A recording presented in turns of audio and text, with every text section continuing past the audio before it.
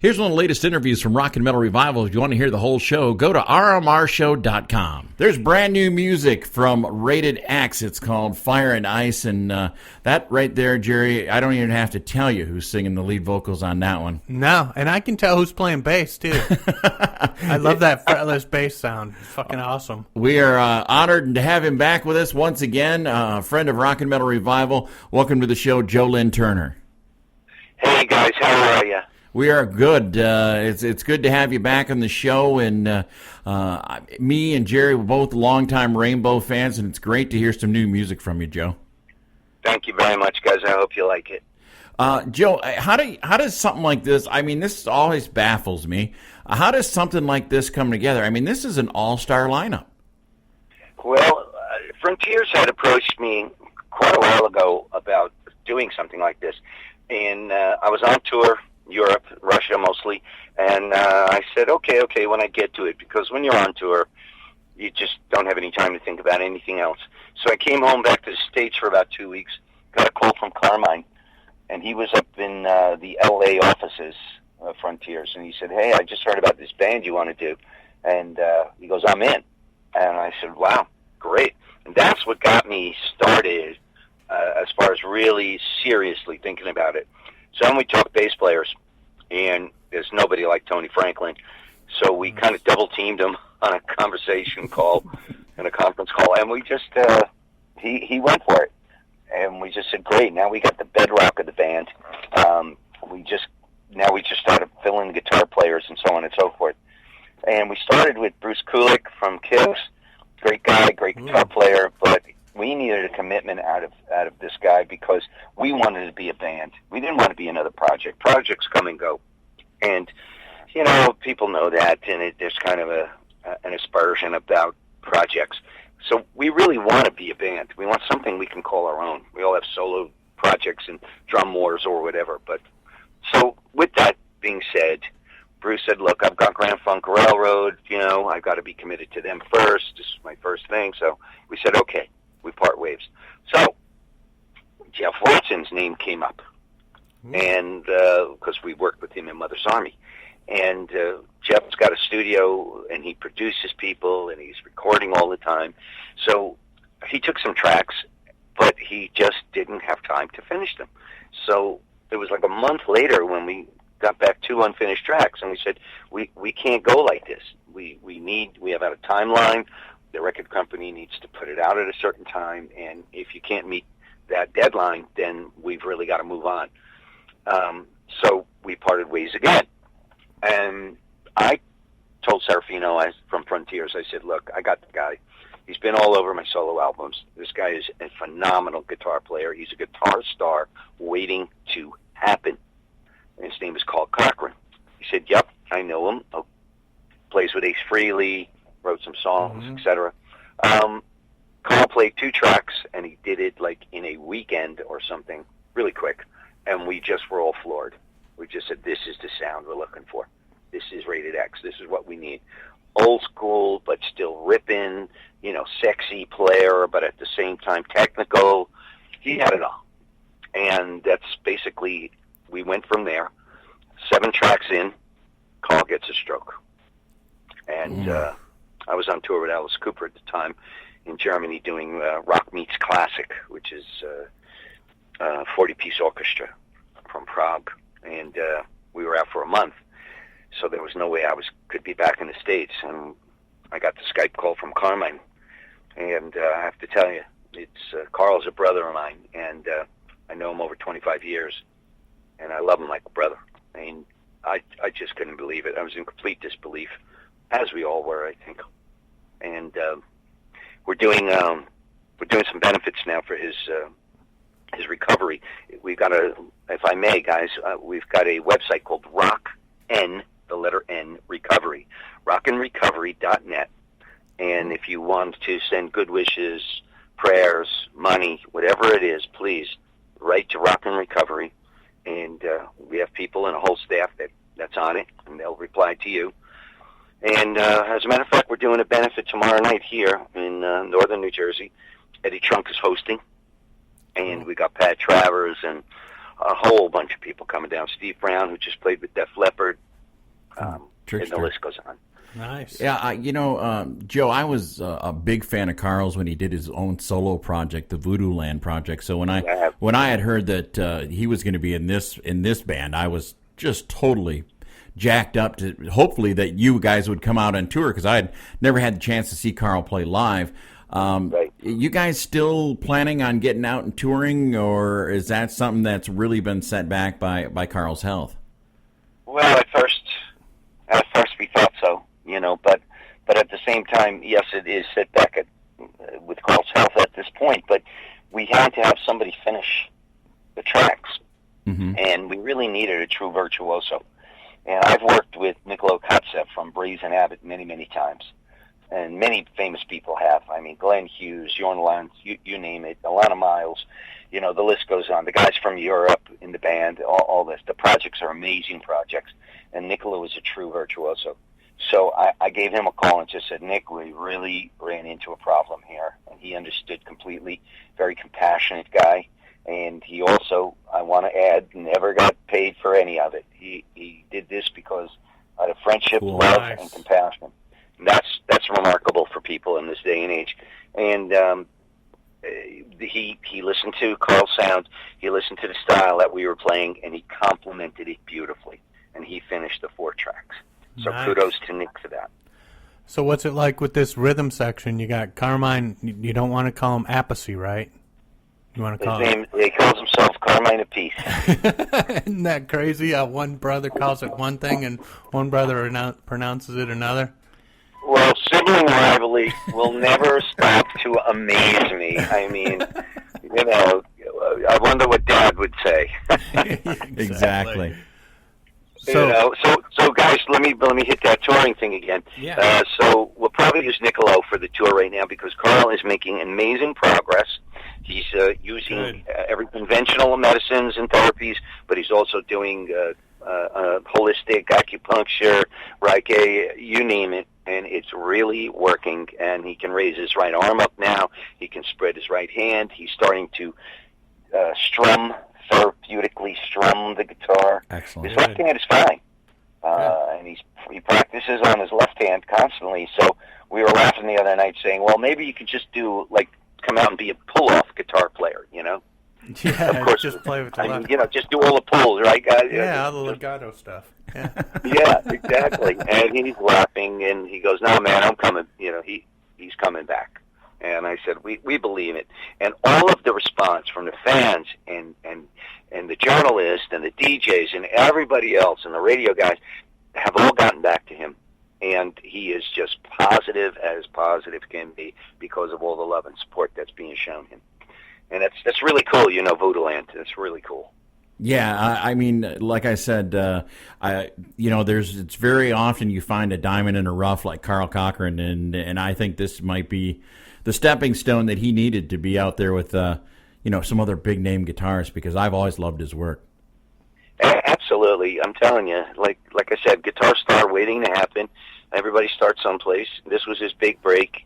And it's such a disappointment and a tragedy to be cut down like that. I mean, we can only imagine to be in his shoes. And, of course, there was some depression in the beginning of it. But we call him up and we visit him and we just say, come on, man, you're stronger than that. You're better than that. And this thing is not going to beat you. You're going to beat it. And so far, so good. So once he gets back in shape, he's on board with Rated X. You better believe it. So besides Carl, I mean, you've played with the who's who of phenomenal guitar players. Who was your favorite to work with, and who was your least favorite? Well, I mean,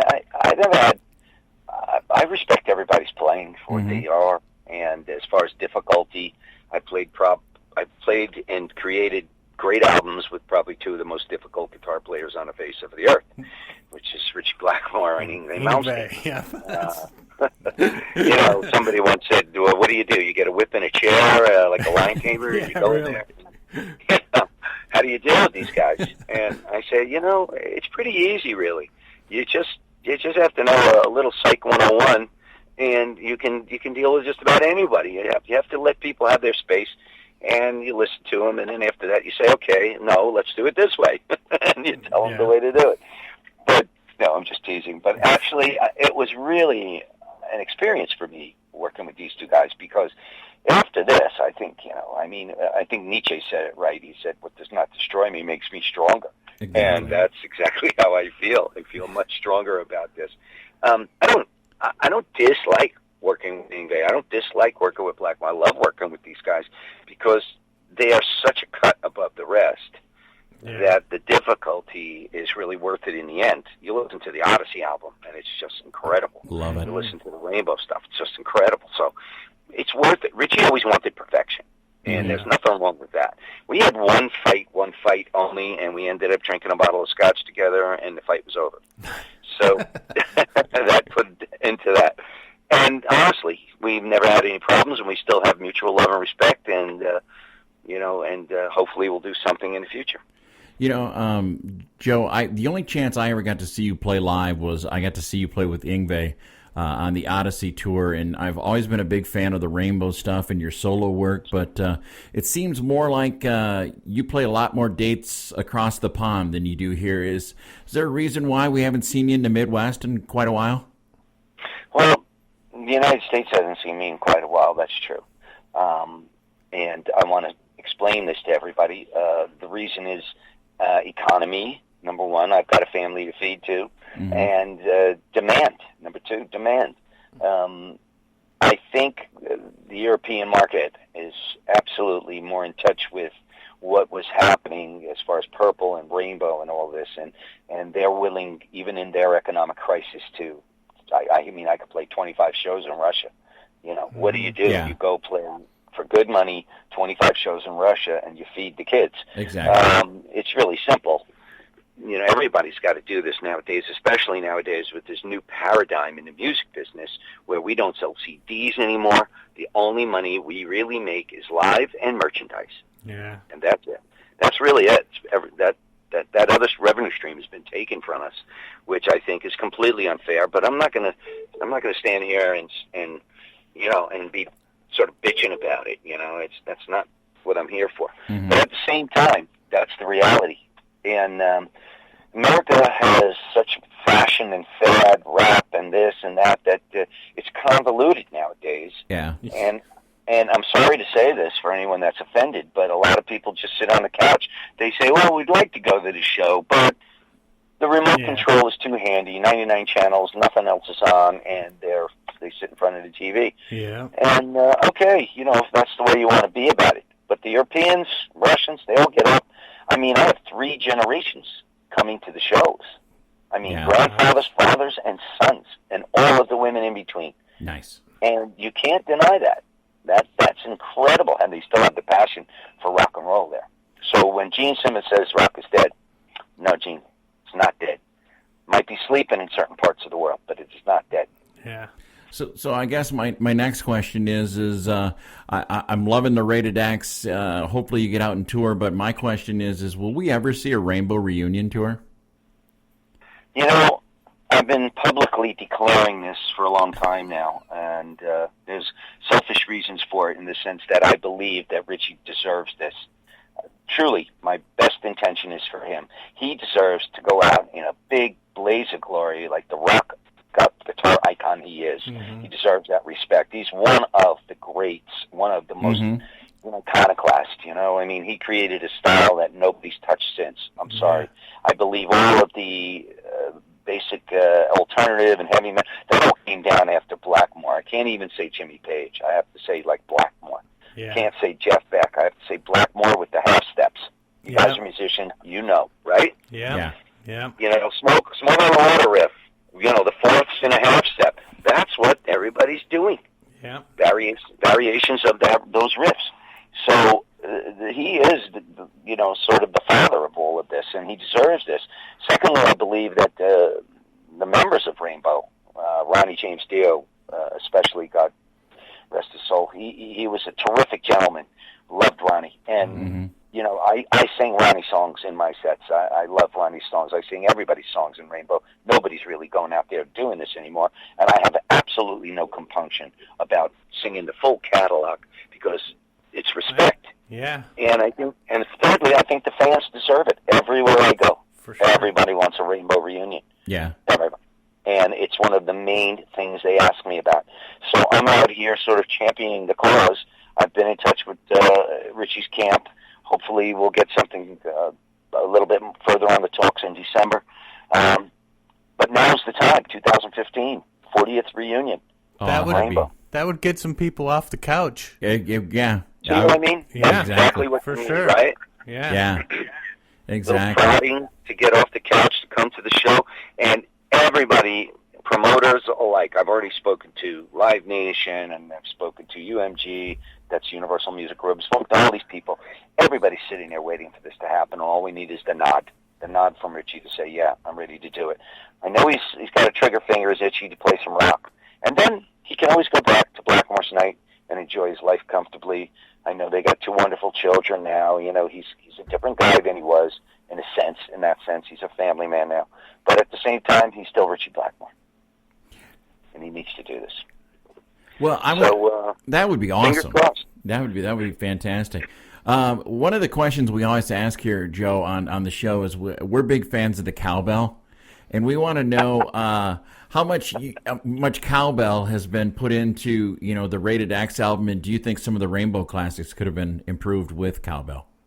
Well, always more cowbell is better, right? I mean, Mountain knew that, Corky Lang knew that, and created a whole genre of more cowbell. And absolutely, we should have used more cowbell. I think we would have been more popular. More cowbell. So the cowbell factor is extremely important.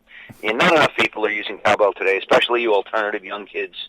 There's no cowbell. Yeah. What's with that? That's our point. It's as if the cowbell didn't exist. Yeah, we're trying to bring it back. We are. That's the whole reason of this show. Bring back the Cowbell. cowbell. You guys will bring the cowbell back, and I think we should give cowbells out, to all the members of the audience and play it on the downbeats. On the downbeats, yeah, exactly. And out of rhythm. Cowbells belong. Sure. Well, hey Joe, we're going to put up the Rock and Recovery site on our website and on our Facebook because Lord knows we want good things for you guys and for Carl. We Rated X. We're loving the CD. By the way, so much, and thank you for the love and compassion, and everybody out there who's listening. Please, thank you first of all from me, from all your love and support for all these years. But let's get on this. Carl needs you now. Check out Rated X. I think you'll love the CD. And rockandrecovery.net. Call Cochran.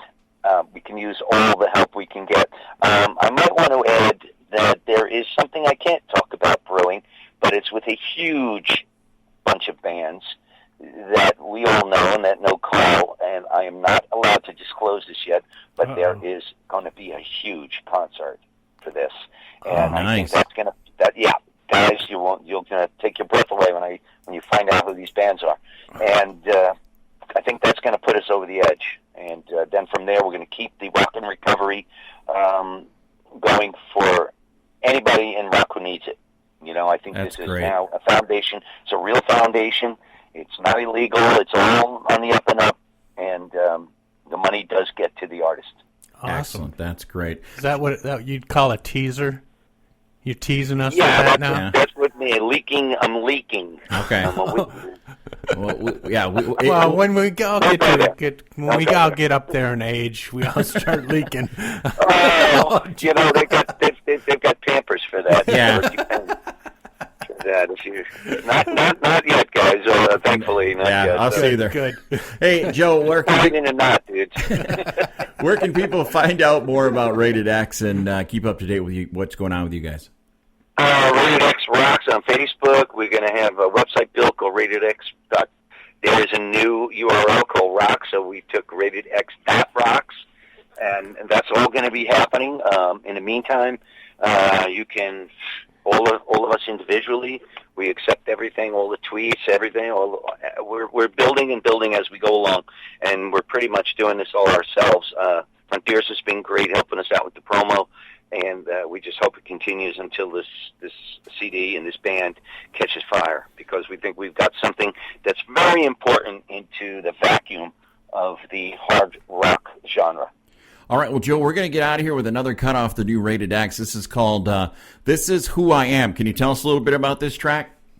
Yeah, I wrote this track for a solo record, and the guys heard it, and they made me sacrifice it to Rated X, which is fine, because we wanted a killer album. And this is a testament to anyone who is an individual and who does not want to follow the herd. And it's basically a testy kind of lyric about saying, you know, I'm not going to change my style. I'm not going to follow you. I'm not going to bend to your wishes. So anybody who's got that strong stance of individuality, this one's for you. All right. Thank you, Joe-Lynn-Turner, once again for coming on Rock and Metal Revival. Thank you, guys. Keep on rocking, man. To catch the whole show of Rock and Metal Revival, all you have to do is check it out on these affiliates. Mega Rock Radios on Saturdays from 11 a.m. Eastern Time. On Rock 101 KLOL on Saturdays 11 p.m. Eastern.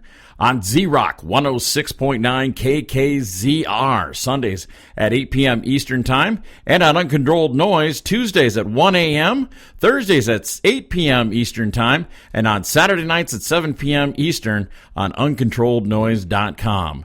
And make sure that you leave them a message and tell them that you found Rock and Metal Revival on their stations. Enjoy this edition of Rock and Metal Revival.